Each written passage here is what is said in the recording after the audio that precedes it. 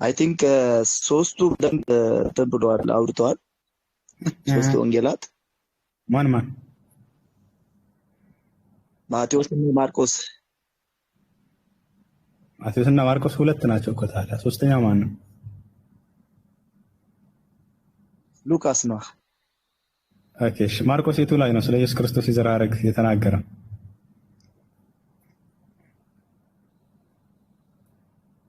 እኮ ሶስት ወንጌላት አልከኝ አይደል እኮ። ማርቆስ ብለህ ነግረህናል። ማርቆስ የቱ ጋር ነው ስለ ኢየሱስ ክርስቶስ የዘር ሐረግ የተናገረው?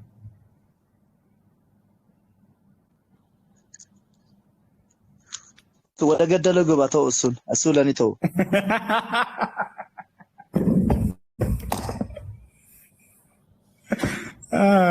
ወደ ገደለው እሱ ለኔ ተው እኮ ቅድም ለዚህ ነው ጨዋታ ያምረኛል ያልኩህ። ከኔ ጋር ትጫወት፣ ከኔ ጋር እንዳትጫወት፣ ሁለተኛ እንዳታደርገው። ሌላ ክርስቲያን ላናገር ጊዜ የምትራት ነው። ኦኬ ሌላ ክርስቲያን አለ የታደርጋን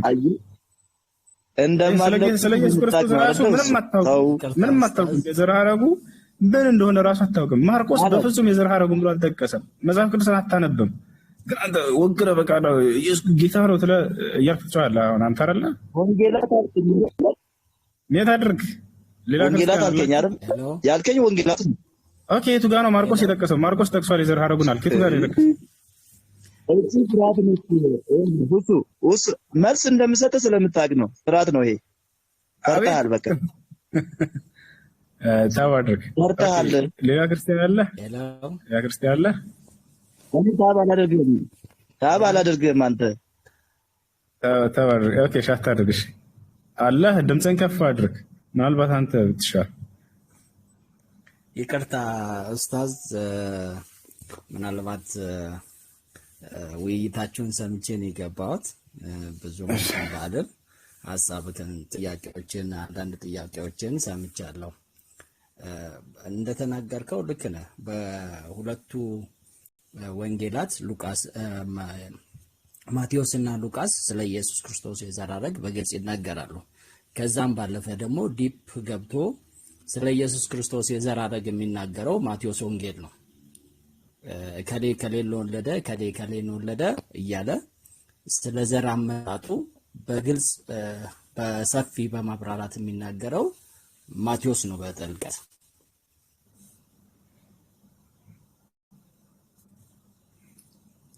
እሺ ሄሎ፣ እንግዲህ ኢየሱስ ክርስቶስ የዘር ሐረግን የሚገልጹት ሁለቱ ክፍሎች ሲሆኑ በጥልቀት ግን የሚገልጸው ማቴዎስ ነው በዝርዝር አመጣጡ። ምክንያቱም እያንዳንዱ አራቱም ወንጌላት የተጻፉበት አድሬስ ያደረጉበት መንገድ አለ። ወንጌላት ሲጻፉ ልክ አሁን ቁርአን ሲጻፍ ቁርአን አድሬስ አድርጎ የተጻፈበት እያንዳንዱ የቁርአን መልእክት አለው። እንደዛው ወንጌላትም አራቱም ወንጌላት ሲጻፍ በወቅቱ እያንዳንዳቸው ተደራሲ አድርገው የጻፏቸው አካላቶች አሉ። ሲጻፍ የተጻፉት የመጀመሪያው ለአይሁድ ነገድ የተጻፈው የማቴዎስ ወንጌል ነው። ለአይሁዳውያኖች ለማስረዳት ስለሆነ የተጻፈው አይሁዳውያኖች ስለ ኢየሱስ ክርስቶስ የዘር ሐረግ ነቢያት አስቀድመው ስለ ኢየሱስ ስለተነበዩ በትንቢቱ መንገድ እንደመጣ ለመግለጽ በግልጽ አብራርቶ እያንዳንዱን ሐሳብ የሚናገረው የማቴዎስ ወንጌል ነው። እሺ ስለ መጽሐፉ ጽሕፈት ገብተሃል። እሺ ችግር የለውም እናወራ። አራቱን ወንጌላቶች የጻፏቸው የኢየሱስ ክርስቶስ ደቀ መዝሙሮች የዓይን እማኞች ራሱ የመረጣቸው እነሱ ናቸው ወይንስ አይደሉም?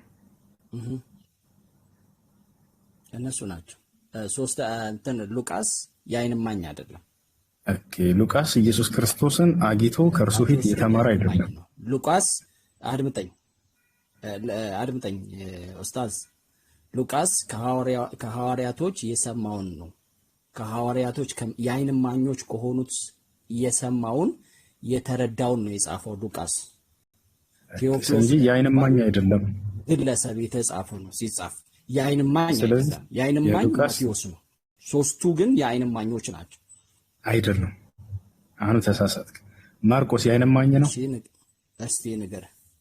ማርቆስ የዓይን እማኝ ነው። ማስረጃ ምንድን ነው? ኢየሱስ ክርስቶስ 12 ደቀ መዝሙሮችን መርጦ አስቀምጧል። ከእነዚያ መካከል ማርቆስን አወጣልኝ አለ። 12ቱ ደቀ መዛሙርት አንዱ ማርቆስ ነው ነበር።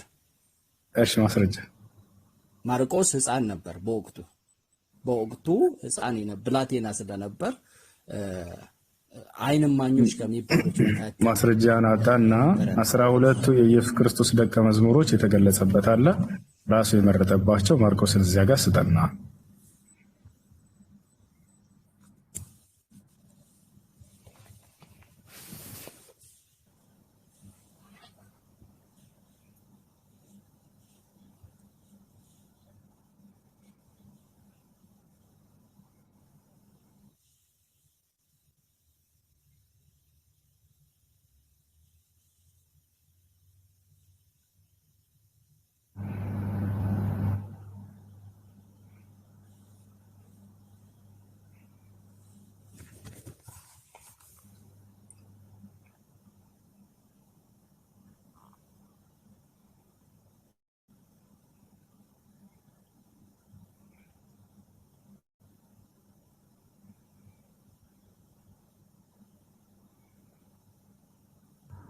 በኃይሉ እያወራክ ከሆነ አይሰማም ወገን። ማስረጃ ሊያመጣ መሰለኝ። እያወራሁ አይደለም።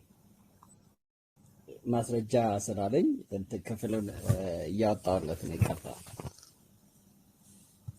ኦኬ እያወራን እንትን ማለት እንችላለን። እኔ እስከማወጣ ማስረጃ አውጣና ከዚያ በኋላ እናወራለን።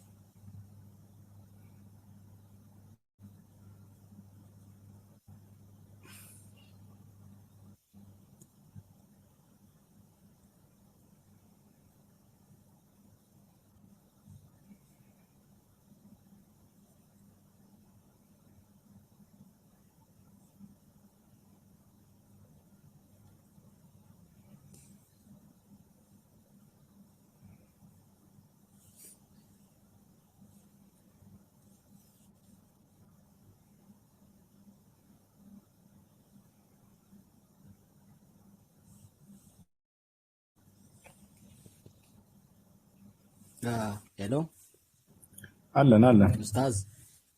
እሺ ኦኬ ይሰማሃል? እዚህ ጋር እኔ ጋር ነው ሚስቴክ እኔ ጋር ነው ማለት እንትን ማለት ስላለብን ማርቆስ ከሐዋርያው ጴጥሮስ ልክ እንደ ሉቃስ የዓይን እማኝ ሳይሆን ከጴጥሮስ አንደበት የጻፈ ነው። ከሐዋርያው ጴጥሮስ በሐዋርያት ስር የሆነ ስለዚህ ማርቆስ የኢየሱስ ክርስቶስ የዓይን እማኝ አይደለም ማለት ነው። ከሐዋርያው ጴጥሮስ ነው ያለው። ስለዚህ ሉቃስ እና ማርቆስ ሁለቱ የኢየሱስ ክርስቶስ የዓይን እማኞች አይደሉም። እርሱ በጊዜው 12 ደቀ መዝሙሮችን ሲመርጥ ጊዜ የሉም። ስለዚህ ይህን መጽሐፍ ቅዱስ የጻፉት የኢየሱስ ክርስቶስ ደቀ መዝሙሮች ወይንም የዓይን እማኞች ሐዋርያቶቹ አይደሉም። እነሱ አልጻፉም ጭራሽ ወንጌል ነው። አንደኛ እሱ ነው። እስቲ ንገረኝ። ኢየሱስ ክርስቶስ ያንማኞች አልጻፉም ወንጌላቶች። እርግጠኛ ነው? አንተ እኮ እየመለስክልን ነው። ማርቆስ የኢየሱስ ክርስቶስ ያንማኝ አይደለም አይደለ? ሉቃስም ልክ እንደዛ አይደለም። ስለዚህ ከዚያ በኋላ ከትክክለኛዎቹ ከሐዋርያቶች በኋላ የመጡ ሰዎች ናቸው የጻፉት ማለት ነው። ሁሉን አይደለም። አሁን እነኚህ ሁለት ሰዎች ወንጌልን ሲጽፉ የጻፉት ከሐዋርያት አንደበት እየሰሙ የጻፉ በሐዋርያት ስር ሆነው ከነሱ እየሰሙ የጻፉ ናቸው ሁለቱ ክፍሎች ማርቆስና ሉቃስ። በጣም ጥሩ። እና አሁን ሐዋርያቶቹ አልጻፉም። አሁን እነዚህ ያ ማለት ማርቆስና ሉቃስ የኢየሱስ ክርስቶስ የዓይን እማኝ ሐዋርያቶች አይደሉም የሚለውን መስክረሃል። ስለዚህ የሐዋርያቶች መጽሐፍ ነው አራት ወንጌል አይባልም። ቢያንስ ሁለቶቹ ናቸው የሚለውን እንምጣበት። እሱን ራሱ ማለት ነው። ገብቶሃል አይደለ? በዚህ ተግባብተናል። የዓይን እማኞቹ አይደሉም ሉቃስና ማርቆስ። ማቴዎስና ዮሐንስስ አሁን እነዚህ የዓይን ምስክሮች መሆናቸው ተገልጿል አይደለ? ለኢየሱስ ክርስቶስ የቱ ጋር ነው የተገለጸው? እያጠራ እንድንችል እናንብባቸው። ከ12ቱ ሐዋርያት መካከል ናቸው። ኦኬ እሺ፣ አንዴ እናንብበው። አለ ጥቅሱ አንብበው። አንዴ ከ12ቱ ሐዋርያት መካከል ናቸው።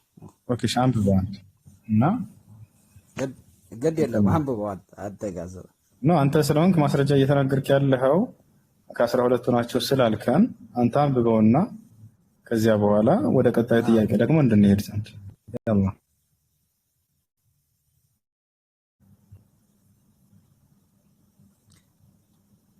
እርግጠኛ ነኝ መጽሐፍ ቅዱስን እንዳነበብክ እየነገርከኝ ነው።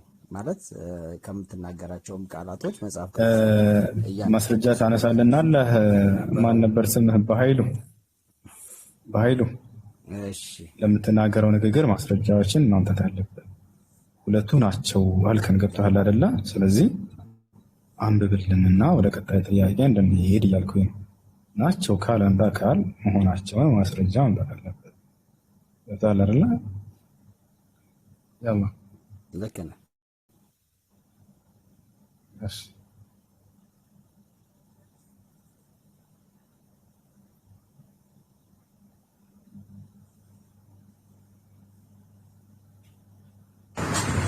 ሩቲ ኮሜንቱን ክፈችላቸው እየጻፉ ያዳመጡ።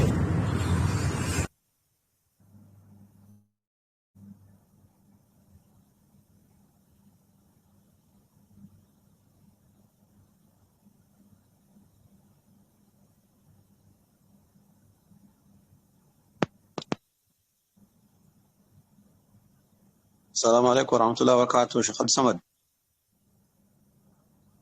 وعليكم السلام ورحمة الله وبركاته. حياكم الله جميعا. شيخ حسو، أهلا وسهلا ومرحبا. أهلا. ወገናችን እስከሚፈልግ ድረስ ሰላምታን አቅርቡ ብዬ ነው። ሰላምታ ስላላቀረቡ شكرا جزاك الله خير.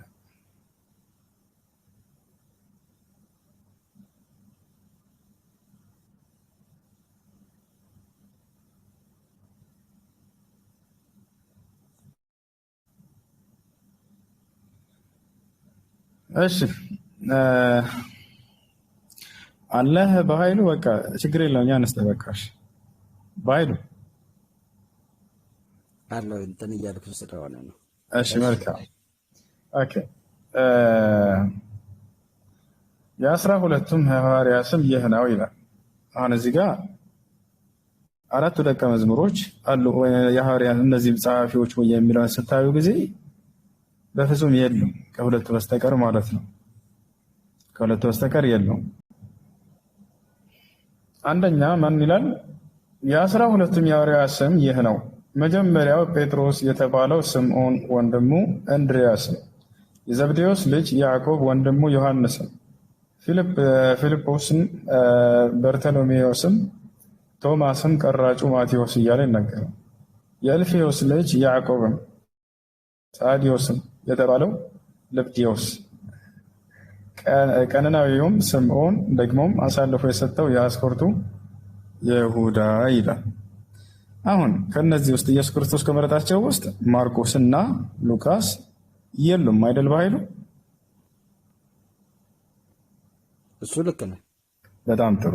እሱን እንትን አልተሳሳትም። ስለዚህ ማርቆስና ሉቃስ ኢየሱስ ክርስቶስ የዓይን እማኝ የሆኑ ደቀ መዝሙሮች ሐዋርያቶች የጻፉት መጽሐፍ አይደለም። ከዚያ በኋላ የተነሱ ሰዎች በሐዋርያት ተምረዋል ብለህ የተናገርከው ግልጽ ነገር ያለው። በጣም ጥሩ። እሺ አሁን ማንን ነው የምንፈትሸው ማለት ነው? ማቴዎስና ዮሐንስን እንፈትሽ። እነሱ ወንጌላትን ጽፈዋል ወይስ አልጻፉም? ኦኬ አሁን አንተ በኃይሉ ማቴዎስ ወንጌልን እንደጻፈ ማስረጃው ምንድን ነው?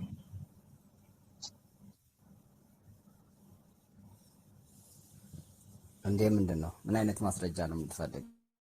ከመጽሐፍ ቅዱስ ያለፈ ማስረጃ እንግዲህ መጽሐፉ ላይ መጽሐፍ ቅዱሳዊ ማስረጃ ነው የምጠይቀው። ማቴዎስ ወንጌልን የጻፈው እርሱ እንደሆነ ማስረጃ ምንድን ነው? የክፍሉ መጀመሪያ ላይ ምን ይላል? የክፍሉ መጀመሪያ ላይ በፍጹም እርሱ የጻፈውን አልገለጸም። እዚያ ላይ አንድ ሚዩት አድርጉ። ባህሉ ድምፅህን ትንሽ ከፍ አድርገህ። ድምፅህ አይሰማም። ይቅርታ ባህሉ ድምፅህን ትንሽ አይሰማም። እሺ እና የዮሐንስ መጀመሪያው ላይ ማስረጃ አለ እሱ እንደጻፈው እያለን ነው። ገብታችኋል አይደለ? ነገር ግን ስናየው ጊዜ ዮሐንስ ሲጀምር አንድ ብሎ በመጀመሪያ ቃል ነበር፣ ቃልም ከእግዚአብሔር ዘንድ ነበር። በማን የተጻፈ ነው የሚለው እንደዚህ ብሎ ነው የሚጀምረው። ምዕራፍ 1 ብሎ የሚጀምርልህ እንደዚያ ነው እኮ። ማን እንደጻፈው ነው የሚለው ክፍሉ ሲነሳ የማቴዎስ በመጀመሪያ ቃል ነበር ብሎ ነው የሚጀምረው። በኃይሉ ላሳየ መጽሐፉን። እሱ መልእክቱ ነው። የዮሐንስ ወንጌል ብሎ ይጀምርና ምዕራፍ 1 ላይ ሲጀምር ምዕራፍ 1 የሚጀምረው መልእክቱ ነው። ስለዚህ አመጣጥ ነው የሚናገረው። ስለዚህ ስለ ክርስቶስ አመጣጥ ይጀምራል እንጂ ራሱ ዮሐንስ ይሄን ወንጌል የጻፍኩት እኔ ነኝ ብሎ አልተናገረም አይደለ?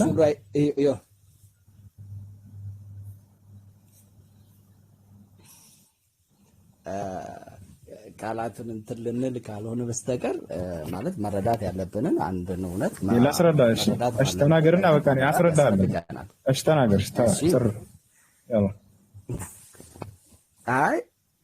ተናገር፣ ችግር የለም። እኔ ላስረዳ በኃይሉ። አንተ ንጹህ ካለ እውነትን ለማወቅ ነው። ገብቶሃል? አሁን ደስ የሚለው ሉቃስና ማርቆስ እንደዛ የዓይን እማኝ እንዳልሆኑ እነዚህ የጻፉት ሰዎች የዓይን እማኞች ናቸው የጻፉት የሚለው ነገር ውድቅ ይሆናል።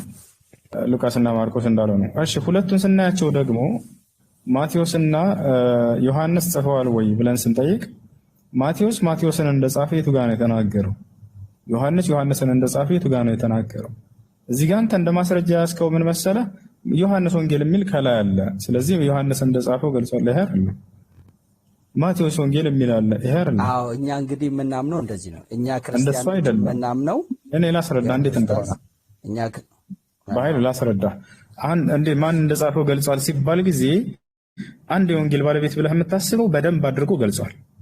እንደ ምሳሌ ሉቃስን ስታነብ ጊዜ ሉቃስ ራሱ እንደጻፈው ይገልጻል። የሚገርም እኔ ጻፍኩ እያለ ራሱ እየተናገረ ማለት ነው። ለቴዎፍሎስ ሆይ እንደዚህ ብሎ እንደጻፈ ራሱ መግቢያ ላይ ቁጭ አድርጎልሃል። ማቴዎስ እንደዚህ አብሮ አስቀምጧል ወይ? ዮሐንስ እንዲህ አይነት መግለጫ ሰጥቷል ወይ? ራሱ ጻፈ።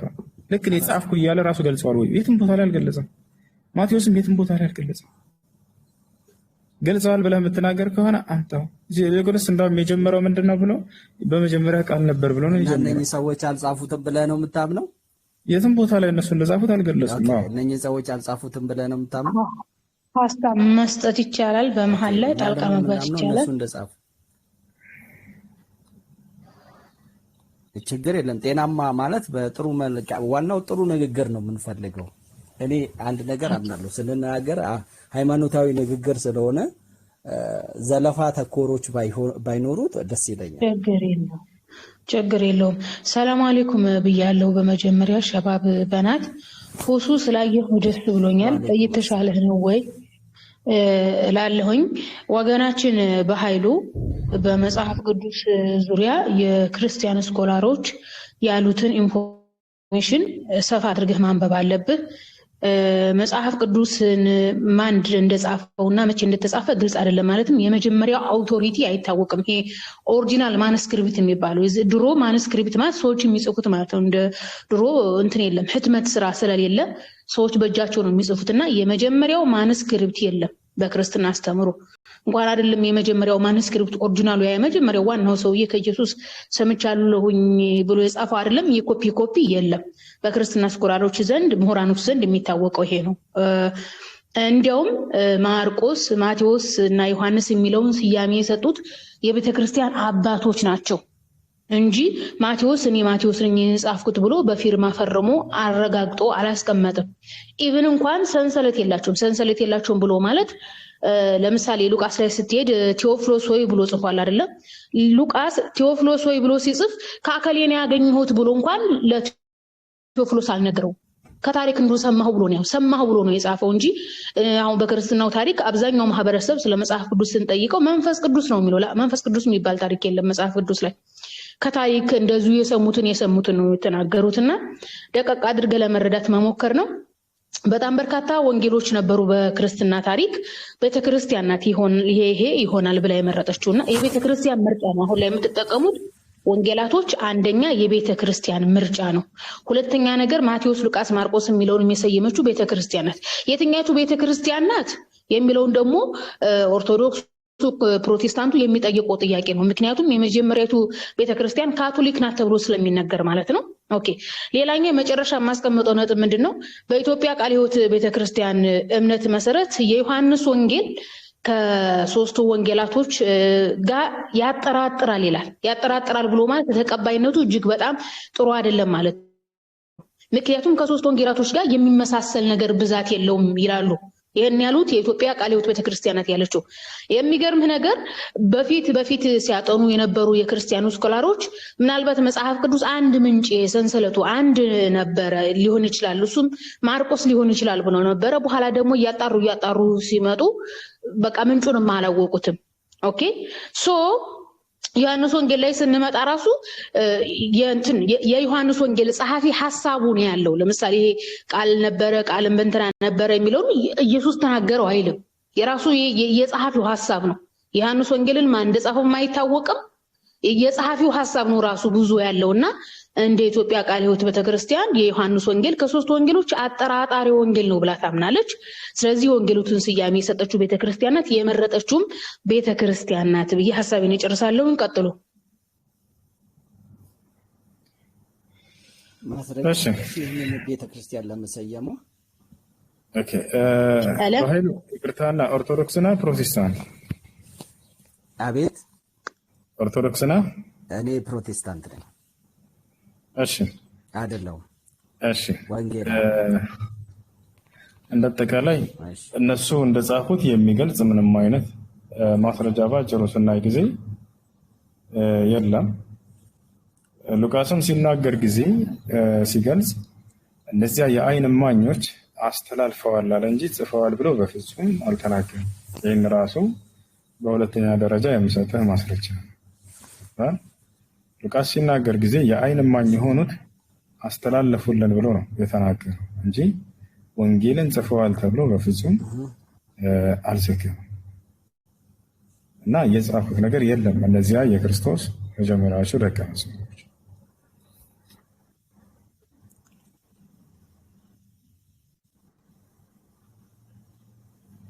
እየሰማሁ ነው።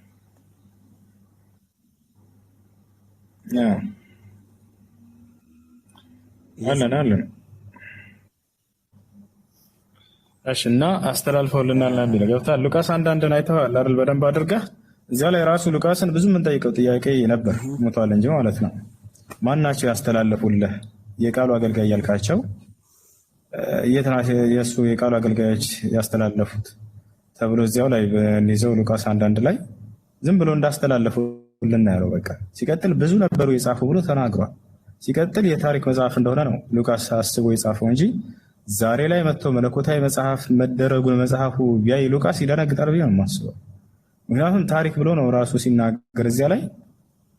ሌላ ነገር ደግሞ በመንፈስ ቅዱስ ተመርተው ነው የጻፉት ትላላችሁ ብዙ ጊዜ። ሉቃስ ግን እኔ ሁሉን ተከታትዬ እያለ ነው የገለጸው። መንፈስ ቅዱስ የሚወርድለት አካል እንዴት ነው ከሁሉ ተከታትዬ ጻፍኩልኝ የሚችለው? በመንፈስ ቅዱስ መሪት መሰረት ጻፍኩላችሁ ብሎ በግልጽ ይነግራችሁ ነበር። ሁሉን ተከታትዬ እያንዳንዱን አላጣርቶ ምን ብሎ እንዲህ ሰብስቦ የጻፈው ነገር ነው አይደለ? እና ሉቃስ ሲናገር እዚያ ላይ በደንብ አድርጎ ነው ሉቃስ እንደው በረካ የሆነና በደንብ አድርጎ ነው ስለ ወንጌላቶች ግልጥልጥ ያደረጋቸው።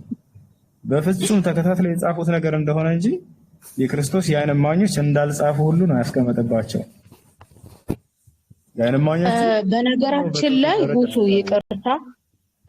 ሁሱ ይቅርታ፣ አሁን ለምሳሌ ሐዋርያቶች እኮ በስደት ነበሩ።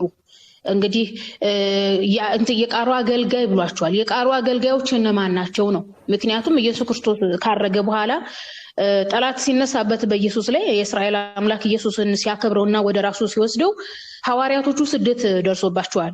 ያሳድዷቸው ነበሩ፣ እስራኤላውያኖቹ ማለት ነው።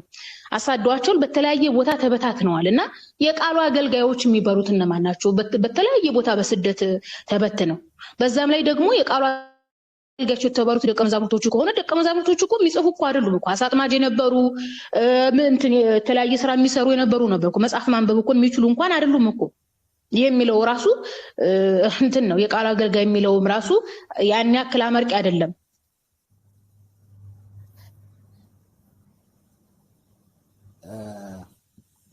መልካም እህቴ ይቅርታና አንድ ነገር ማለት በዚህ ውስጥ እናነሳ። በእርግጥ እንደምትዩ የቃሉ አገልጋዮች የሚላቸው የዓይን ምስክሮች የነበሩትን ሐዋርያትን ነው።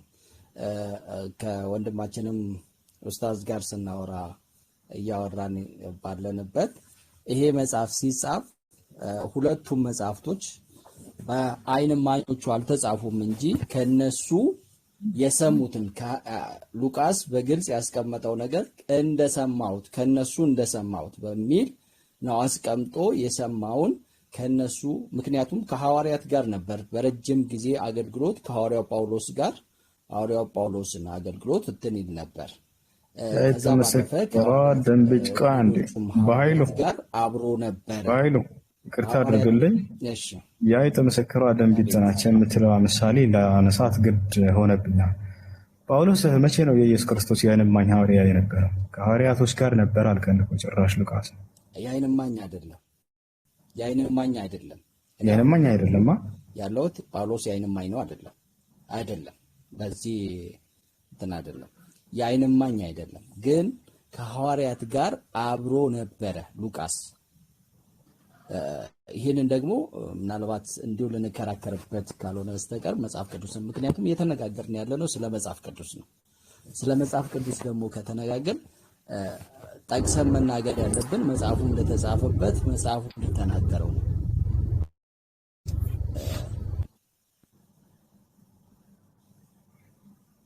ስለዚህ መጽሐፉ በሚናገረው መሰረት ይህ ሰው ከሐዋርያት ጋር አብሮ ይኖረ ከሐዋርያት አንደበት ስለ ኢየሱስ ክርስቶስ ጌታችን ኢየሱስ ክርስቶስ በምድር ባለበት ሰዓት ያደረጋቸውን ተአምራቶች የነበሩትን ነገሮች የሰማውን ነው የጻፈው። በኃይሉ እሺ፣ ሉቃስ እንዳስተላለፉልን አለ እንጂ ማን ናቸው ብሎ እስኪ ቃሉ አገልጋዮች ያስተላለፉልኝ አከሌ ናቸው ብሎ ጠቅሷል? እስኪ ንገረን ባጭሩ። አልገለጸም። እኔ አሁን እያልኩ ከነሱ ጋር ነበር። ከነሱ ጋር ካልገለጸ ከዚህ ጋር ለቀስ በግልጽ ይናገራል። ይሄ ጓደኝነት መፍጠር እሱ እኮ ነው። የቃሉ አገልጋዮች እንዳስተላለፉልን አለ። ያስተላለፉልኝ አከሌ ናቸው ብሎ ሊገልጽ ይገባል። አሁን እንደ እስላም መተህ ብትጠይቅ ለምሳሌ ይሰማቸዋል? ያ ጀማ ይሰማል ወይንስ ተቋርጧል? ይሰማል። ሆሱ መልካም። ይኸው ባጭሩ ልግለጽልህ በደንብ ክሊር እንዲሆንልህ። እንደ እስላም ስትመጣ ጊዜ ቡኻሪ እና ሙስሊም ስንል ትሰማለህ አይደል? አልፎ አልፎ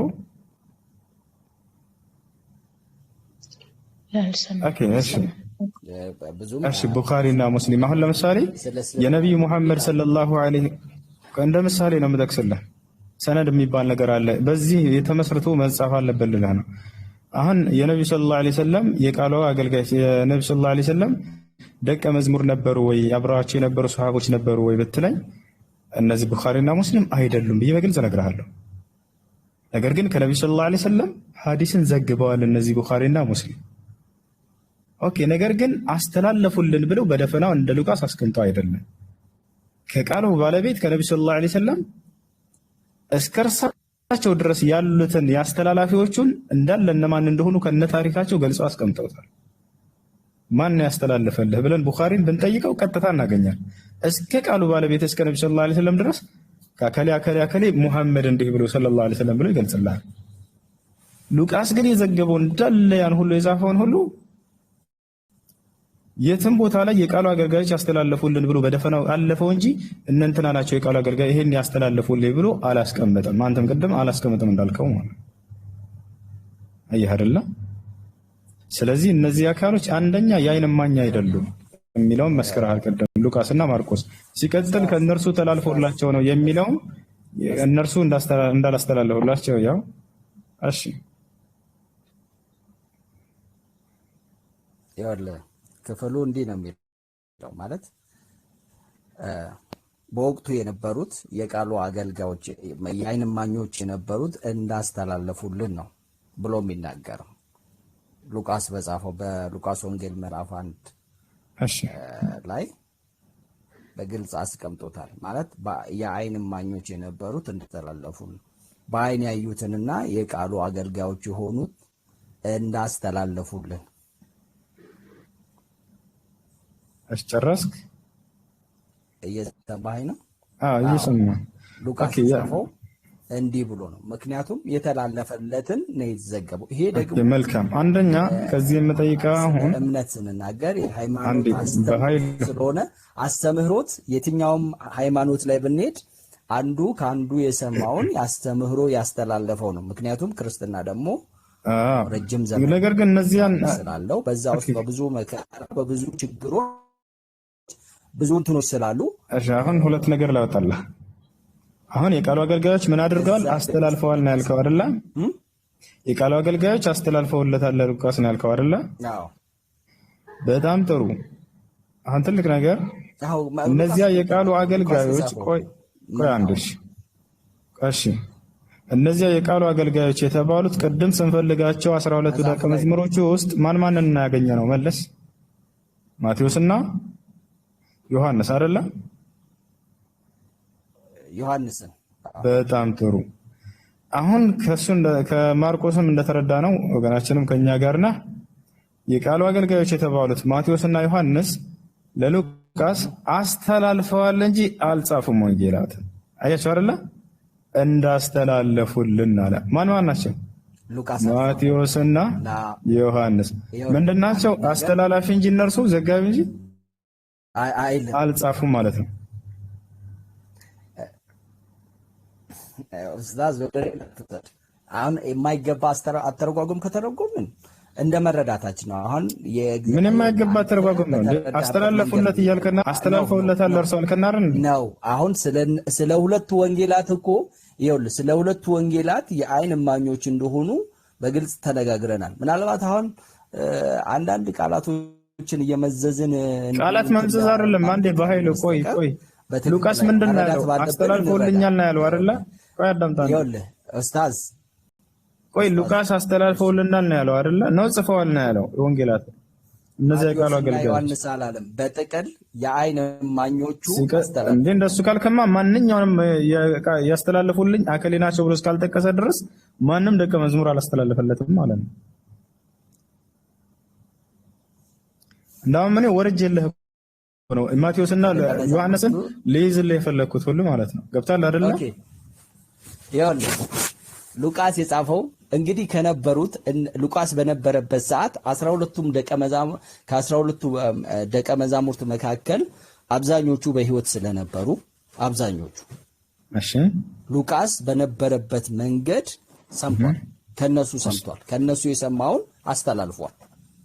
በጣም ጥሩ። አሁን የምጠይቅህ አጭር ቃል በጣም ጎበዝ ልጅ ሉቃስ የቱ ጋር ነው እነዚያ የቃሉ አገልጋዮች አከሌ አስተላልፈውልኝ ብሎ የገለጻቸው? አላልኩህም። ስለዚህ የትም ቦታ እነዚያ አስተላለፉ ያላቸውን እነማን እንደሆኑ ይኸውልህ ኦኬ አስተላላፊዎቹ እነማን እንደሆኑ ገልጸዋል ወይ ባጭሩ? ኡስታዝ እነማን እንደሆኑ አልገለጸም። አሁን አንተም በጣም እናመሰግናለን። እኔም እንደምልህ ይኸውልህ ከአንድ ነገር ተነስተን የምንሰጠውን ግምታዊ ንግግር አይደለም። አሁን ግምታዊ እኮ አይደለም ጠየቁ መለስክ እኮ በቃ ጨረስን። አስተላልፈውልና አለ ሉቃስ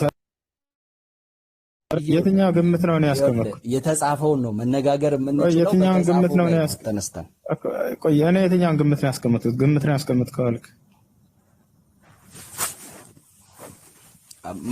ማቴዎስና እነሱ አልጻፉም፣ ማቴዎስና ዮሐንስ አልጻፉም፣ ሉቃስ ነው የጻፈው ብለሃል እኮ። የቱ ጋር ነው ጻፈው የተባለው ታዲያ? እሱ ነው የጻፈው ነው ያልከው። የቱ ጋር ነው እነሱ ታዲያ እንደጻፈው የተገለጸው? ክፍሉን አየነው አይደል? ማቴዎስ ወንጌላቶቹ በስማቸው ነው የተሰየመው። አሁን እና ማን የሰየመው? እንደተናገረችው ቅድም ማን የሰየመው? እህታችንን ጥያቄ ቤተክርስቲያን የሰየመቻቸው ለማለት የማንደፍርበት እሷም ማስረጃ የላትም የትኛዋ ቤተክርስቲያን ለመሰየሟ። አራቱ ወንጌሎች ሲጻፉ ምክንያቱም የተጻፉበት ጊዜ አለ። በዛ ጊዜ ላይ አሁን ረጅም ወደዛ ውስጥ ከሄድን ብዙ ነገሮች አይተን መምጣት አለብን ማየት ያለብን። ምክንያቱም አሁን ስለ ቲዮሎጂካሉ አስተምህሮትን ማየት ካለብን፣ ምክንያቱም አመጣጣቸው እንዴት እንደተጻፉ እንዴት እንደመጣ ስያሜው አሁን በሚለው ቤተክርስቲያን ነች የሰየመችው ለማለት እኔም የማልደፍርበት እሷም ደፍራ የምትሰጠኝ ማስረጃ ያላት አይመስለኝም። ስለዚህ አንተ እነሱ እንደጻፉት እርግጠኛ የምትሆንበት በምንድን ነው ማስረጃ? ቃሉ የቱ ቃል? እኔ የማምነው በመጽሐፍ ቅዱስ ነው። በመጽሐፍ ምን የሚለው ቃል? እስኪ ዮሐንስ የቱ ነው እሱ እንደጻፈ የገለጸበት? ዮሐንስ እሱ እንደጻፈ የገለጸበት የቱ ጋር?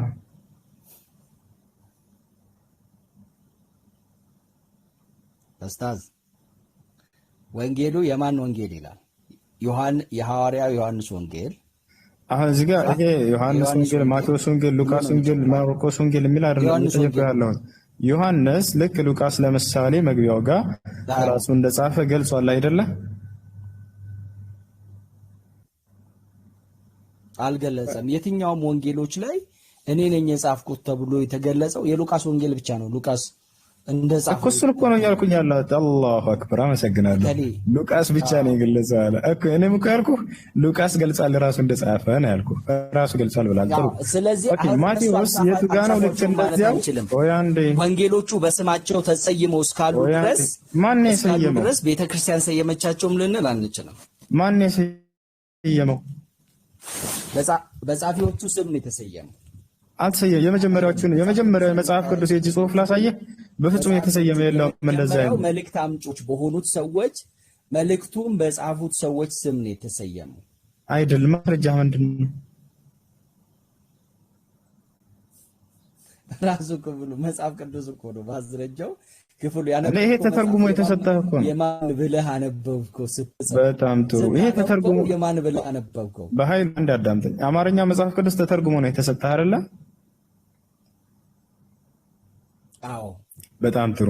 አዲስ ኪዳን በምን ቋንቋ ነበር የተጻፈው?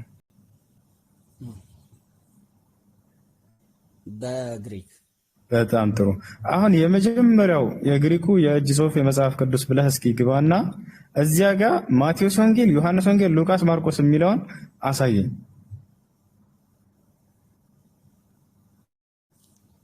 ኦኬ፣ እኔ አሁን ያንን ልነግርህ አልችልም። ለምን አላየሁትም? ያላየሁትም ታዲያ ሳታይ እንዴት ነው ባላየኸው ነገር ላይ የምትከራከረው? ግጥም አድርገህ ባላየኸው ነገር ላይ ታዲያ ግጥም አድርገህ የምትከራከረው ለምንድን ነው? ከሚለው ከምናውቀው ነው የምንነጋገረው።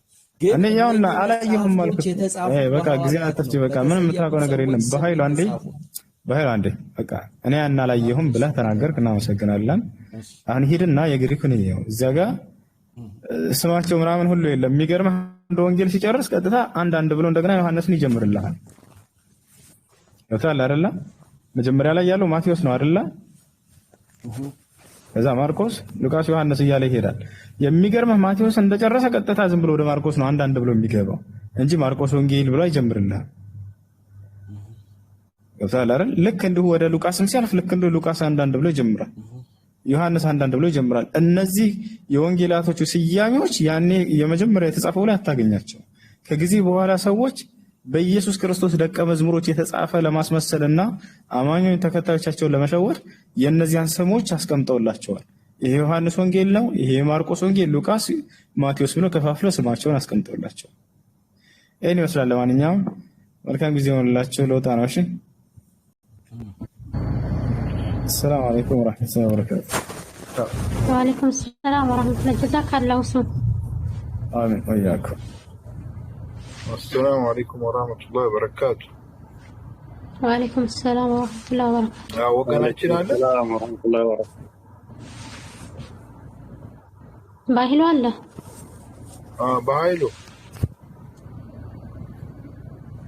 በኃይሉ ወገኔ ሰላም ነው። ሁለቱ ወንጌል የሉቃስና የማርቆስና የሉቃስ ወንጌል የአይን እማኝ ወይንም በአይን ያዩ ሰዎች እንዳልጻፉት ከስማቸው ተረድተሃል አይደለም?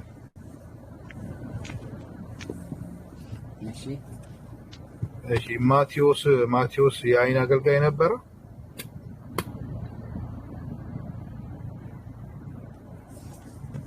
ቀደም ስንወያይ ነበርክ መሰለኝ አይደል? ነው ነው ነበርኩኝ። ያ የአይን አገልጋይ ነው ወይ ማለት ነው ጥያቄ? ኦኬ። ከ12ቱ ሐዋርያቶች መካከል ሁለቱ ማቴዎስ እና ዮሐንስ ከ12ቱ ሐዋርያቶች መካከል ናቸው። እሺ፣ መጽሐፍ ቅዱስ እጅ ላይ አለ?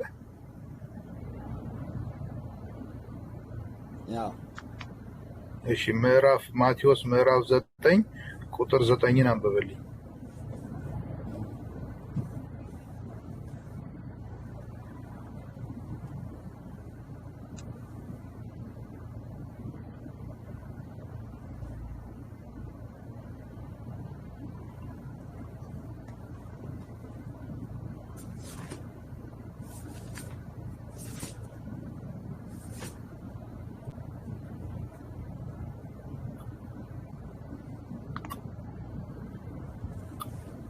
ኦኬ። ኢየሱስም ከዚያ ቦታ ተነስቶ ሲሄድ ሳለ ማቴዎስ የተባለውን ቀራጭ በቀረጥ መቀበያው ስፍራ ተቀምጦ አየውና ተከተለኝ አለው። ማቴዎስም ተነስቶ ማን የጻፈው? ይሄን ማን የጻፈው? ማቴዎስ ነው አይደል? ማቴዎስ ቢሆን ጠራኝ ነበር የሚለው አይደለም? እዚህ ጋር ሌላ ያ ማቴዎስ የሚባለው እንደጠራው እየነገረን ነው አይደለም? ስለዚህ አሁን ማቴዎስ ላለመጻፉ ይሄ መረጃ ነው ማለት ነው። ይሄ መረጃ አይደለም።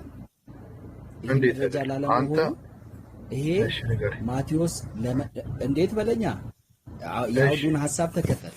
አውዱ የመጽሐፉ ሐሳቡ ምንድን ነው የሚለው? ይሄ ማቴዎስ ሲጠራ ማቴዎስ ቀራጭ ነበር። ሲጠራ ኢየሱስ ክርስቶስ ለመጀመሪያ ጊዜ ማቴዎስን እንዴት አገኘው የሚናገር ፓርት ነው እንጂ እኮ ማን የጻፈው ነው? መጽሐፍ ቅዱስን እንዳልጻፈ የሚናገር ማስረጃ የለውም። እስቲ ምኑ ነው እስቲ የሚያስረዳ ንገረኝ። እሺ አሁን አንብብልኝ ቃል በቃል ቃል በቃል አንብበው። ከ9 ምዕራፍ 9 እሺ ቃል በቃል አንብበው ቀስ እያልክ ይኸውልህ ምዕራፍ 9 ቁጥር 9 ኢየሱስም ከዚያ ቦታ ተነስቶ ሲሄድ ሳለ ማቴዎስ የተባለውን ቀራጭ በቀረጥ መቀበያ ስፍራው ተቀምጦ አየውና ተከተለኝ። አየው ቆይ ማቴዎስም አየው ተከተለ። ቆይ ቃል በቃል አየውና ተከተለኝ ያለው ነው። ሶስተኛ ወገን ነው አይደለም? አሁን እዚህ ጋር ኢየሱስ ተጠቅሷል። የኢየሱስ ታሪክ ነው። ሌላ ማቴዎስ የሚባል አለ። ጸሐፊው ደግሞ ማቴዎስ አለ አይደለም እንዴ? አሁን የስም መመሳሰል ነው ልንል ነው እንጂ የምንችለው ማቴዎስ እኮ እዚህ ሲጠራ ነው የምናየው አይደለም? ጠራኝ እኮ አይደለም ያለው፣ ጠራው ነው የሚለው። የተቀመጠውን ሰውዬ ጠራው ሲል ያ ሰውዬ አሁን ይሄ ቋንቋ ነው አይደል? አዎ ጠራው ካለ ራሱን ቢሆን ምንድን ነበረ? ጠራኝ ነበር የሚለው አይደል? ጠራው ነው የሚለው። ተነስቶም ተከተለው ይላል። ተከተልኩት አይደለም የሚለው፣ ተከተለው ነው የሚለው።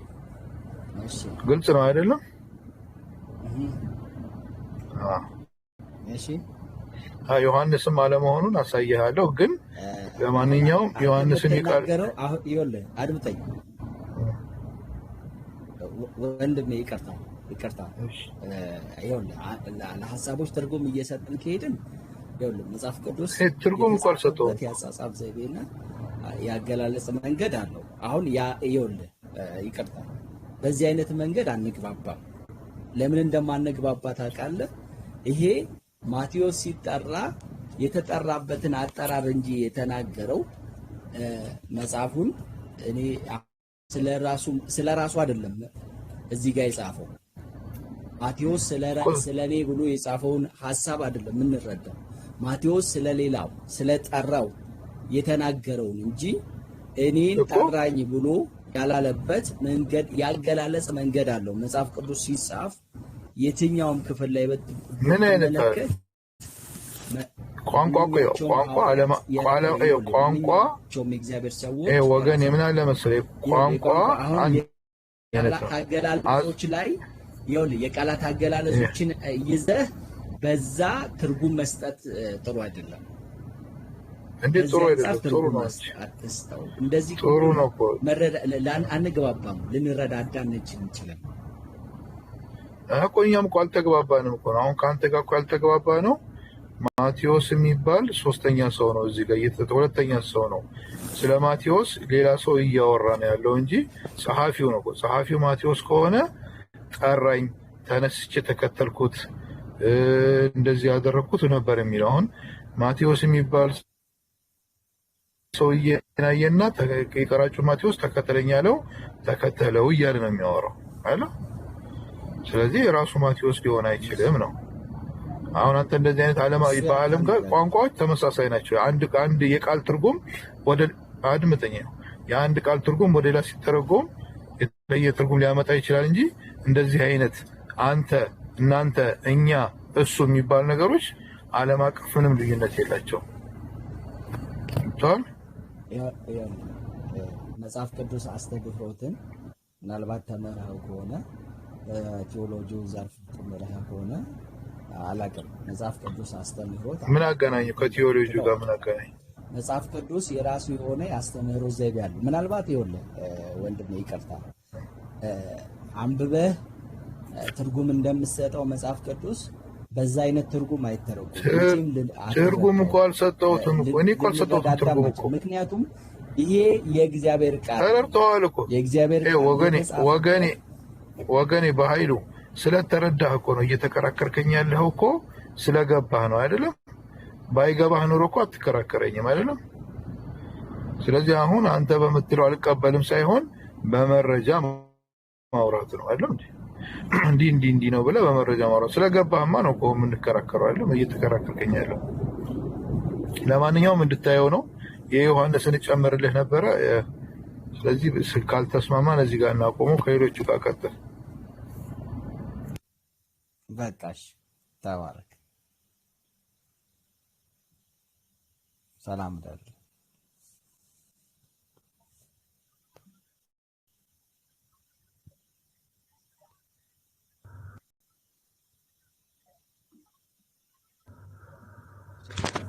እሺ ጀዛከላ እንጀራ ባህሉ። እሺ እኛም እናመሰግናለን፣ ግን ለሌላ ቀን በደንብ አይተኸው ብትመጣ አሪፍ ነው። ማቴዎስ ጻፈው ብለህ ካልክ አሁን እሱ ያነሳለ ጥቅስ ላይ ሌላ ፐርሰን ነው ስለ እሺ በቃ እናመሰግናለን ወገናችን፣ ለጸባይክ እናመሰግናለን። በስምና ላይም ጥያቄ ካለ ሌላ ቀን መተጠይቅሽ። ሩት አስጨናቂ የሚለው አስገቢው ቅድም ገብታ የነበረው። ኦኬ ምን ሪች ገብተሻል ነው ወጣች? ኦኬ ሰው ወጣች አብራ። አስጨናቂ አላከማ ላክ አስጨናቂ አለክ። አስጨናቂ ነው የሚለው ስሙ የስም ጉድ። አዎ አስጨናቂ መሰለኝ። ቆይ እስኪ ልፈልገው ስሙ። ቆይ እስኪ ኧረ ነበር አሁን ገብቶ ነበር። ምንኪን ወጥቶ ይሆናል። መሰለኝ አወረደችኝ እያለሽ ነበር ከስር ጥያቄ ምናልባት ካለ እስኪ ድንቁ ምናምን ከቀድም ጀምሮ ኮሜንት ላይ ያየሁት ነበር። መግባት ከቻልክ ግባ። ድንቁ ሴቱን አላውቅም።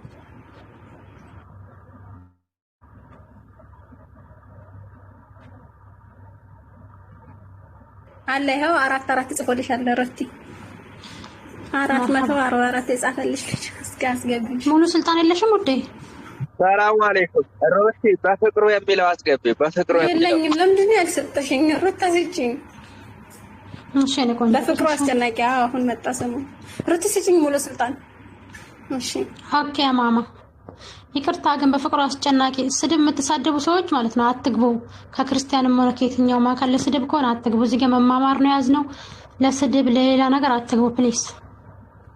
እሺ ልኬልሃለሁ፣ ተቀበልና ግባሽ ወገን። ገብቻለሁ። ገብቷል። መርሐባ። እሺ አመሰግናለሁ። እኛም ነው ሰም እኔ መጠየቅ ነው የምፈልገውና ማወቅ ስለምፈልግ ነው። በመጀመሪያ ክርስቲያን ነክ? አዎ። ምን ክርስቲያን? ብዙ ክርስቲያን አለ። የትኛው ክርስቲያን ነክ እንድናውቅ ነው?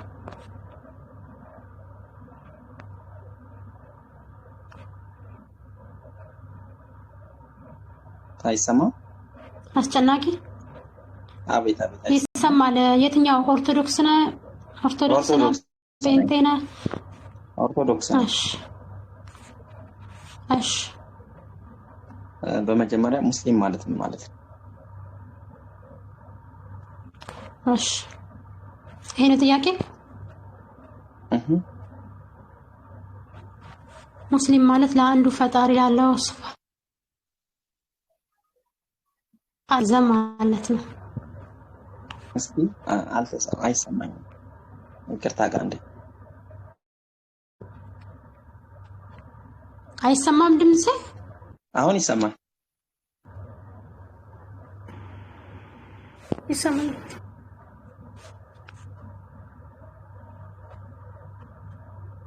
ይሰማል ድምጼ አጀማ? ይሰማል።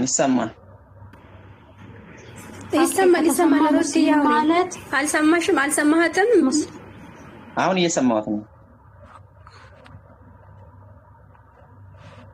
ኦኬ ሙስሊም ማለት ለአንዱ ፈጣሪ ሰማይና ምድር ለፈጠረው ላለው ሱብሃነሁ ወተዓላ የታዘዘ ወይም እጅና እግሩን የሰጠ ማለት ነው። ሙስሊም ማለት ነው ያልኩሽ፣ አላህ ማለት ሳይሆን ሙስሊም ማለት። አዎ ታዛዥ እኮ ለአንዱ ሰማይና ምድር ለፈጠረው ጌታ ለአላህ የታዘዘ ታዛዥ ማለት ነው። እሺ አሁን እዚህ ጋር የተሟላ ሙስሊም ማለት አሁን ብዙ አይነት እስልምና ተከታዮች አሉ። ለምሳሌ እኔ ቅድም ጥያቄ ስጠይቅ እኔ ማወቅ ስለምፈልግ ነው እንጂ ለመከራከር አይደለም እዚህ ጋር የገባሁት። ቅድም ብዙ አይነት ሙስሊም የለም ወገን አለም። አይ ብዙ አይነት እስልምናና ብዙ አይነት ሙስሊም የለም። ልልሽ የፈለኩትን መጀመር አዳምጪኝና እሺ የተሟላ ሙስሊም ማለት ምን አልከኝ? የተሟላ ሙስሊም ማለት ኦኬ ትክክለኛ ሙስሊም ደግሞ የተሟላ አንድ ሰው ሙስሊም ለመባል ምን መሆን ያስፈልገዋል የምትል ከሆነ ኦኬ እሺ ለመልስልህ አንዴ ትክክለኛ አንድ ሙስሊም ትክክለኛ ሙስሊም ነው ለመባል ቁርአንና ሐዲስን የሚከተል ማለት ነው። ያንን ቁርአንና ሐዲስ ሲከተል ደግሞ አንደኛ ነብዩ ሰለላሁ ዐለይሂ ወሰለም ባስተማሩት መልኩ ከዛ ላይ መጨመር መቀነስ የራሱን ፍልስፍና ሳይጨምር ሳይቀንስ የሚከተል ማለት ነው።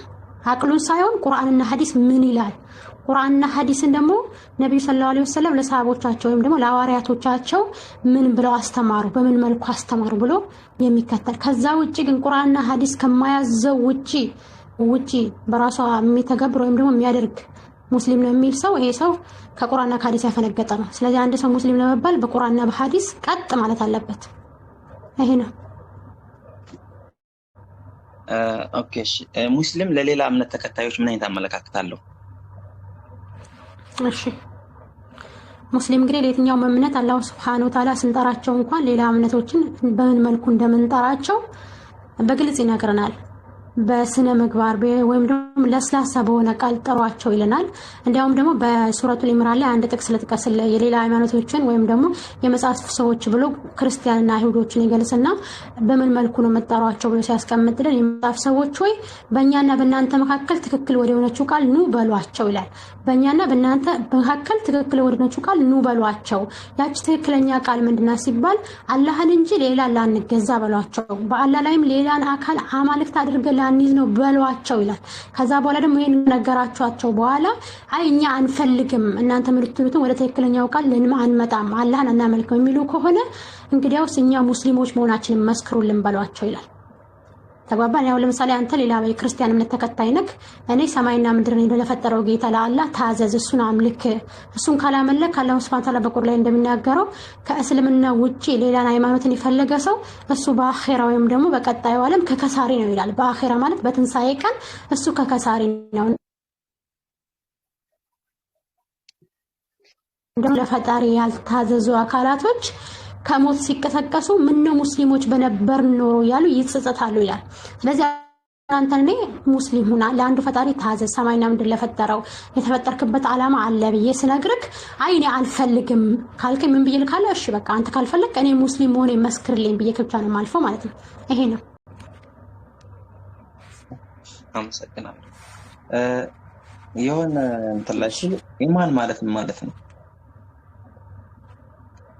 እሺ ሌላው እየተመለሰልክ ነው ጥያቄ ከመሰረቱ የምትጠይቀው ተመልሶላል? አዎ የምትነግረኝን አያቸዋለሁ። ግን ኢማን ማለት ምን ማለት ነው? ኢማን ማለት ኦኬ ኢማን ማለት እምነት ማለት ነው። ይሄ እምነት ደግሞ አንደኛ በእስልምና አስተምሮ እምነት የሚባለው በልብ የሚቆጠር አንድ በል ድጋሚ በምላስ የሚነገር ሶስተኛ ደግሞ በአካል የሚተገበር ይሄ ኢማን የሚባለው አካል 6 ክፍሎች በውስጡ የያዘ ነው። አንደኛ በአላህ ማመን፣ በመጽሐፎች ማመን። በአላህ ማመን ማለት አላህ ሱብሓነሁ ወተዓላ ሰማይና ምድርን የፈጠረ ብቸኛ አምላክ እሱ የሚመስል ምንም የሌለ ብቸኛ አምሳያ የሌለው ጌታ መሆኑን አምኖ መቀበል በሙሉ ልብ ማለት ነው። እሱ ለብቻው ሰማይና ምድርን ፈጥሯል። እንዲያውም ደግሞ ሊመለክ የሚገባውም እሱ ብቻ ነው ብሎ በጌትነቱና ሰማይና ምድርን በማስገኘቱ ማመን ማለት ነው። ድጋሚ ደግሞ በመላእክቶች ማመን። መላእክቶች ደግሞ እንዴት ነው የሚታመኑ? እነዛ ደግሞ ነፃ ምርጫ የሌላቸው ፈጣሪያቸውን የሚታዘዙ ፈጣሪያቸውን የሚገዙ በስማቸው ደረጃም ደግሞ በስማቸው የተጠቀሱ ቁርአንና ሐዲስ ላይ ጅብሪል፣ ሚካኤል፣ ኢስራፊል የተባሉ እንደዚህ አይነት ነቢያቶች በስማቸው እንዳሉ ስራቸው ደግሞ አንዱ ወህይ ወይም ደግሞ ራእይ ማውረድ ግማሹ የራሳቸው የሆነ ስራ እንዳላቸው ማመን ማለት ነው። አንደኛ ይሄ ነው። ቀጣይ ደግሞ በኪታቦች ማመን ወይም ደግሞ በመጽሐፍቶች ማመን ይባላል። የእምነት መሰረቶች አላህ ሱብሓነሁ ወተዓላ በሱረት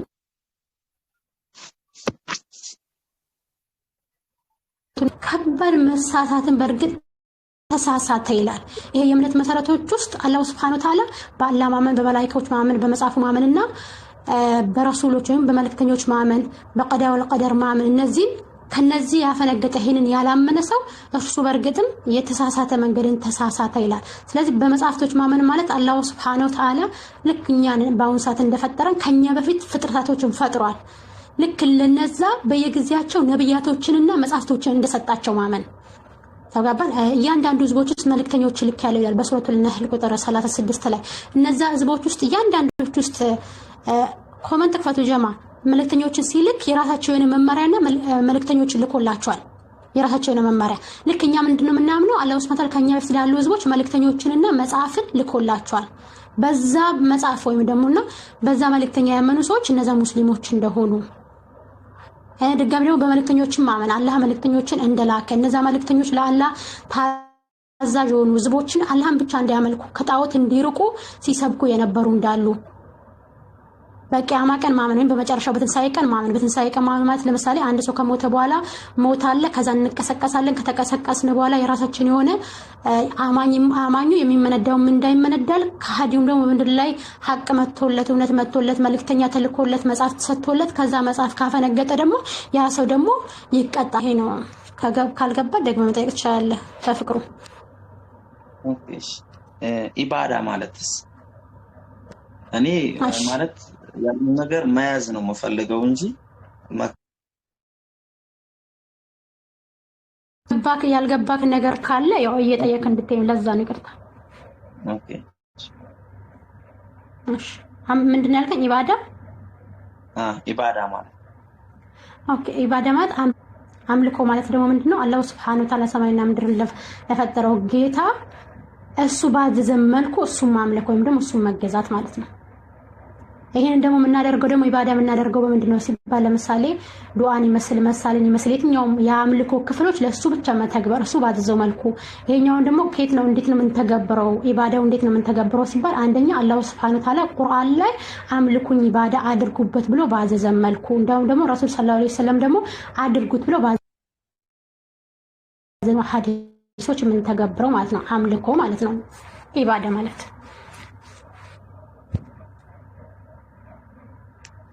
እሺ አምልኮ ላይ ሶላትና መቅሪብ ነው የሚባሉት በምንድን ነው የሚለያዩት? ሁሉም እሱን ማመስገን ነው ወይስ ልዩነታቸው? እሺ መግሪብ የሰላት እንትን ነው። ከሰላት አላህ Subhanahu Wa Ta'ala አማኞች 5 ወቅት ሰላት የሚባል እየተደነገገ አለ ግዴታ የሆነ ማለት ነው። አላህ በሰዓቱ ሙእሚናኖች ወይም ደግሞ አማኞች እንዲሰግዱ የደነገገው 5 ወቅት ሰላት የሚባሉ አሉ በሰዓት ማለት ነው። ለምሳሌ ሱቢ ጠዋት ላይ ምንድነው የሚባለው? ልክ በኢትዮጵያ ስንት ሰዓት ነው የሚባለው? በኢትዮጵያ ወደ 11 ሰዓት አካባቢ ላይ የሚሰገድ ማለት ነው። መግሪብ ወይም ዙህር ደግሞ ልክ በኢትዮጵያ 7 ሰዓት አካባቢ በሰዓት ማለት ነው። ይሄ ነው ሰዓቱ ነው አንተ መግሪብ ላልከው ማለት ነው። ድጋሚ መግሪብ የሚባለው ደግሞ አሁን አንተ እንዳልከው መግሪብ ያልከው በ12 ሰዓት ምናምን ኢትዮጵያ እንደዛ አካባቢ መሰለኝ 12 ሰዓት ወይም 11 ሰዓት ተኩል ማታ ማለት ነው። ጀንበር ስትጠልቅ እንደዛ አካባቢ ላይ። ኢሻ ደግሞ ልክ በኢትዮጵያ 2 ሰዓት ምናምን አካባቢ። ይሄ የሰላቶች እንትሎች ናቸው፣ የሰላት ስሞች ናቸው፣ ወቅቶች ማለት ነው፣ ጊዜያቶች። 5 ወቅት ሰላት አለ፣ ሱቢ፣ ዙህር፣ አስር እና መግሪብ እና ኢሻ የሚባሉ ማለት ነው።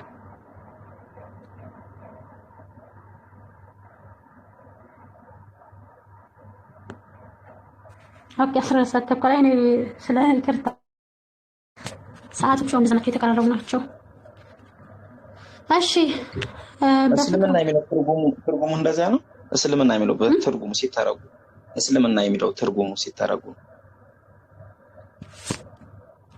እስልምና ማለት አልኢስቲስላሙ ሊላሂ ቢተውሂድ ለአንዱ ለፈጣሪ ለአላህ Subhanahu Wa Ta'ala መታዘዝ በምን እሱን በመነጠቅ እሱን ብቻ ማምለክ እስላም ማለት ነው። ይሄ እስልምና ደግሞ አላህ Subhanahu Wa Ta'ala ለሰው ልጆች ሁሉ መርጦ የሰጠው ዲን ነው። እስልምና ሃይማኖት ነው። እዚህ ጋር አተናገርሽ ዲን እስልምና ማለት አላህ Subhanahu Wa Ta'ala ለሰው ልጆች ለፍጥረታት ዲን የሚለው ዲን ማለት ሃይማኖት ነው። ሃይማኖት ዲን ማለት ሃይማኖት ነው። ይሄ ሃይማኖት ደግሞ እስልምና ነው። አላህ Subhanahu Wa Ta'ala ለሰው ልጆች ሁሉ መርጦ የሰው ልጆችን ሁሉ በሱ ላይ የፈጠረበት ዲን ነው። የሰው ልጆች ሲፈጠሩ በዚህ ዲን ላይ ሆነው ይፈጠራሉ። እስልምና የሚያስተምረው ማለት ጆና ዲን እስልምና ብቻ ነው ይላል። ከእስልምና ውጪ ሌላን ሃይማኖት ወይም ዲንን የፈለገ ሰው በምድር ላይ ሆኖ ሌላን እምነት ሲከተል የነበረ ሰው እሱ በትንሳኤ ቀን ከከሳሪዎች ነው ይላል።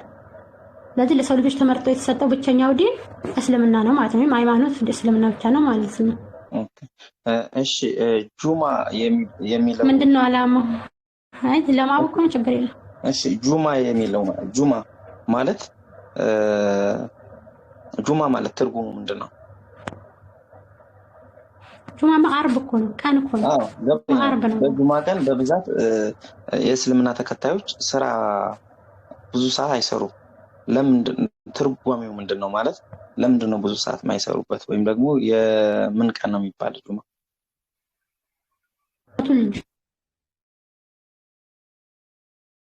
ጁማ የሚባል አለ ታውቃለህ? ሱረቱል ጁማ የሚባል አለ። አይ አላውቅም። በሱ ብትነግሪኝ አጠር አድርገሽ ጊዜ እንዳልገለብሽ። እሺ ሱረቱል ጁማ የሚል አለ። ማንበብ የምትችለው በሁለት ስኪን ስልክ አንደኛው ዘግቶብኛልና ያን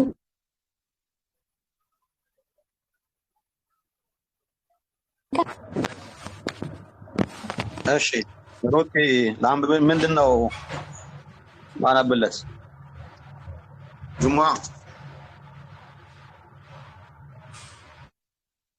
ጁማ የሚለው ያው አረብኛ ቃል ነው። ቃሉ መሰብሰብ ማለት ነው። ገብቷል? ያው ስግደት ጁሙአና ጀማዓ አለ። ጁሙአ ይሰማል? አይሰማም? ይሰማል። አሁን ይሰማል። ጁሙአና ጀማዓ ይባላል እና ጀማዓ ማለት ህብረት ማለት ነው። በህብረት ያው ከጁማም ውጪ ያሉ ቅድም የነገረችህ 5 ጊዜ ሰላቶቹም በህብረት የሚሰገዱ ናቸው። ጁሙአ ደግሞ ከዛኛው ከጀማዓ በላይ በጣም ብዛት ያለው ህዝብ ገጠርም አካባቢ ያለ ወይም ደግሞ እዛ አካባቢ ከሌለው አቡ ሳለ ድምጽ እንትን አድርጉ። ስራን አይሰሩም። ምንድነው ምክንያቱን ያለው ነው? ስለ ጀማዓ ሳይሆን ስለ ጁሙአ። እሱን እኮ ልመጣ ነው እኮ ልዩነቱን እንዲያውቅ ነው። ይሰማል? ኦኬ።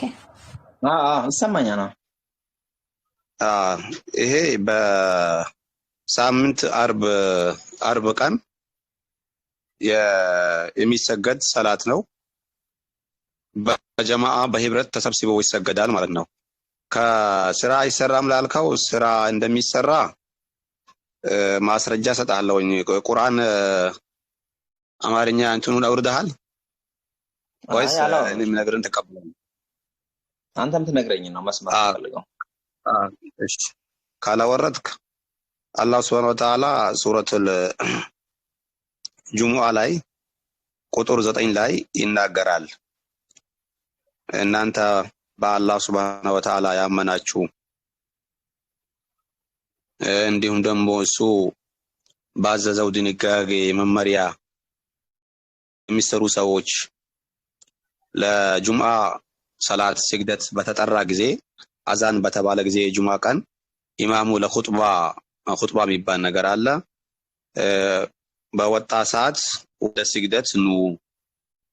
ያው ስራ መስራት በዛ ሰዓት ነው። አሁን ስራ መስራት አይቻልም የሚባለው የሁለተኛው አዛን ጁሙአ ቀን የሁለተኛው አዛን ከተደረገ በኋላ ጥሪ ከተደረገ በኋላ ስራ መስራት ፈቀደም። እስከ መቼ ድረስ? ሰላቱ እስከሚጠናቀቅ ድረስ። የሁለተኛው አዛን ከተባለ በኋላ የሚሰማ ከሆነ የሁለተኛው አዛን የሁለተኛ ጥሪ የጁሙአ ጥሪ ከወጣ በኋላ እስከሚሰገድ ድረስ ስራ መስራት እዛ ላይ ሐራም ነው ወይም የተከለከለ ነው፣ አይፈቀድም። ስራችሁን አቁማችሁ ወደ ጥሪው ኑ፣ ወደ ስግደቱ ኑ ይላል ቁርአን።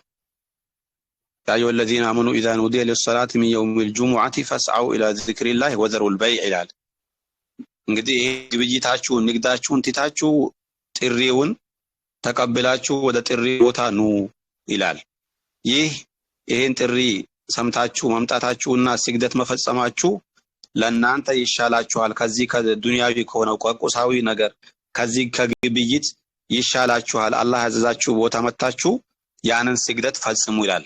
ስለዚህ ሰላቱ እስከሚሰገድ ድረስ ያለ ወይም የ20 ደቂቃ ወይም የ30 ደቂቃ ስራ ማይሰራበት ማለት ነው። ከዛ በኋላ የጁሙአ ቀን ሙሉ እንዳልሆነና ከዛ በኋላ እንደሚሰራ ካሁኑ ቀጥሎ ያለው አንቀጽ فإذا قضيت الصلاة فانتشروا ነው የሚለው። ሰላቱን በተጠናቀቀና በተገባደደ ጊዜ በምድር ተንቀሳቅሳችሁ ከአላህ ሲሳይን ፈልጉ፣ አላህንም ብዙ ማውሳትን አውሱት ይላል አላህ Subhanahu Wa Ta'ala በቁርአኑ ማለት ነው ሱረቱል ጁሙአ ቁጥር 10 ላይ።